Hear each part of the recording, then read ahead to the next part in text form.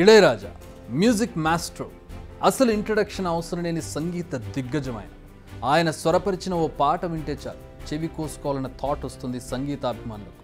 అలాంటి డైరెక్టర్ ఈ మధ్య నోటీసులు, కోర్టులు అంటూ వరుసగా పరువు తీసుకుంటున్నారు. మొన్ననే హైకోర్టు మొట్టికాయలు మరిచారేమో, మళ్ళీ నోటీసులు పంపారు. నా పాట వాడుకున్నారంటూ. ఇంతకీ ఈ లేటెస్ట్ పంచాయతీ ఏంటి? అసలు ఇళయరాజా ఇలా ఎందుకు లయ తప్పుతున్నారు? సౌత్ సినిమా ఇండస్ట్రీకి గొప్ప గొప్ప పాటలు అందించారు ఇళయరాజా. అయితే ఈ మధ్య సెలెక్టివ్గా సినిమాలు చేస్తున్న ఆయన కొంతకాలంగా ఒక పని పెట్టుకున్నారు. అదే తన అనుమతి లేకుండా ఆయన పాటలను, పాత సినిమాలో ఆయన స్వరపరిచిన పాటలను ఇప్పుడున్నటువంటి సినిమాల్లో వాడడంపై నోటీసులు పంపడం. లేటెస్ట్గా రీసెంట్గా సూపర్ డూపర్ విక్టరీ సాధించిన మంజుమల్ బాయ్స్ మూవీ ప్రొడ్యూసర్కి ఆయన ఈ నోటీసులు పంపారు. ఇందుకే ఆ మూవీ యూనిట్ చేసిన పని ఏంటంటే, మూవీలో కమల్ హాసన్ నటించిన గుణ మూవీలోని కన్మని అన్బోడు సాంగ్ కమ్మని నీ ప్రేమలేఖలి అనే పాటను ఈ సినిమాలో వాడుకున్నారు. కథం, తన పర్మిషన్ లేకుండా సాంగ్ని ఎలా వాడుకుంటారు? భయం లేకుండా పోయింది మీకు, వెంటనే పరిహారం చెల్లించండి అంటూ ఆయన నోటీసుల్లో పేర్కొన్నారు. మరి దీనికి మూవీ యూనిట్ నుంచి రియాక్షన్ ఎలా ఉంటుందన్నది పక్కన పెట్టారు. ఇళయరాజా ఇలా చేయడం ఇది ఫస్ట్ టైం కాదు, ఇంతకు ముందు కూడా చాలాసార్లు జరిగింది.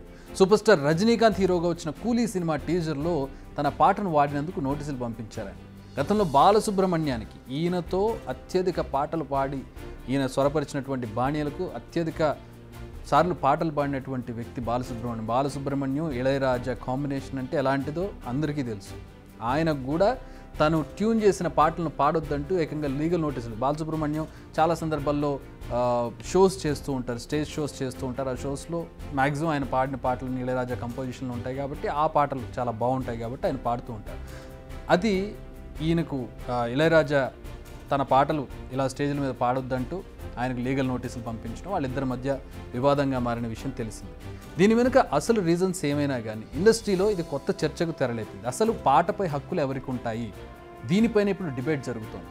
అంతలోనే మళ్ళీ నోటీసులను పంపి దీన్ని మరింత సెన్సేషన్ చేశారు ఇళయరాజా. ఒక్క బాలు, మంజుమల్ బాయ్స్తో మాత్రమే కాదు, అనేక రికార్డింగ్ సంస్థలతో కూడా ఇళయరాజాకు వివాదాలు ఉన్నాయి. రైట్స్, రాయల్టీ వివాదాలతో ఆయన నిత్యం కోర్టుల చుట్టూ తిరుగుతూ చాలామందిని తిప్పుతూ ఉన్నారు.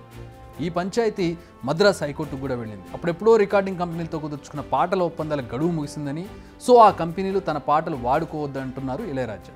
ఒకసారి హక్కులు తీసుకున్నాక వాటి గడువు ముగిసేదేమీ ఉండదనేది రికార్డింగ్ కంపెనీల వాదన.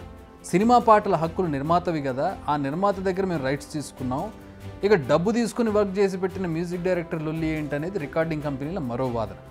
కానీ తనది క్రియేటివ్ వర్క్ కాబట్టి కాపీ రైట్స్ వర్తించమంటాడు ఇళయరాజా.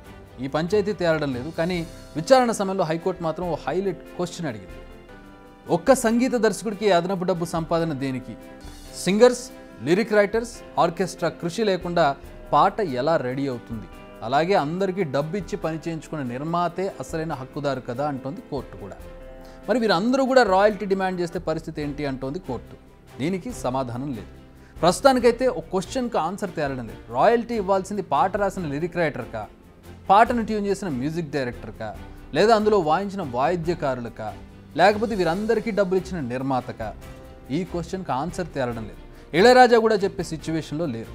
ఆ ఆన్సర్ తేలేలోపు ఇళయరాజా ఇంకెంతమందికి నోటీసులు పంపిస్తారో చూడాలి మరి. కానీ ఒక్కటైతే నిజం, ఆయన పాటలు ఎంత ఫేమస్సో ఇప్పుడు ఈ వివాదం కూడా అంతే ఫేమస్గా మారుతోంది. ఆయనపై ఉన్న గౌరవాన్ని తగ్గిస్తోందని చెప్పడంలో ఎలాంటి డౌట్ లేదు. ఆయన ఇమేజ్కు చిల్లు పడేలా చేసుకుంటున్నారు ఆయన. ఇది ఇవాల్టి అవుట్లుక్. మరిన్ని అంశాలతో రేపటి అవుట్లుక్లో కలుద్దాం. Stay tuned.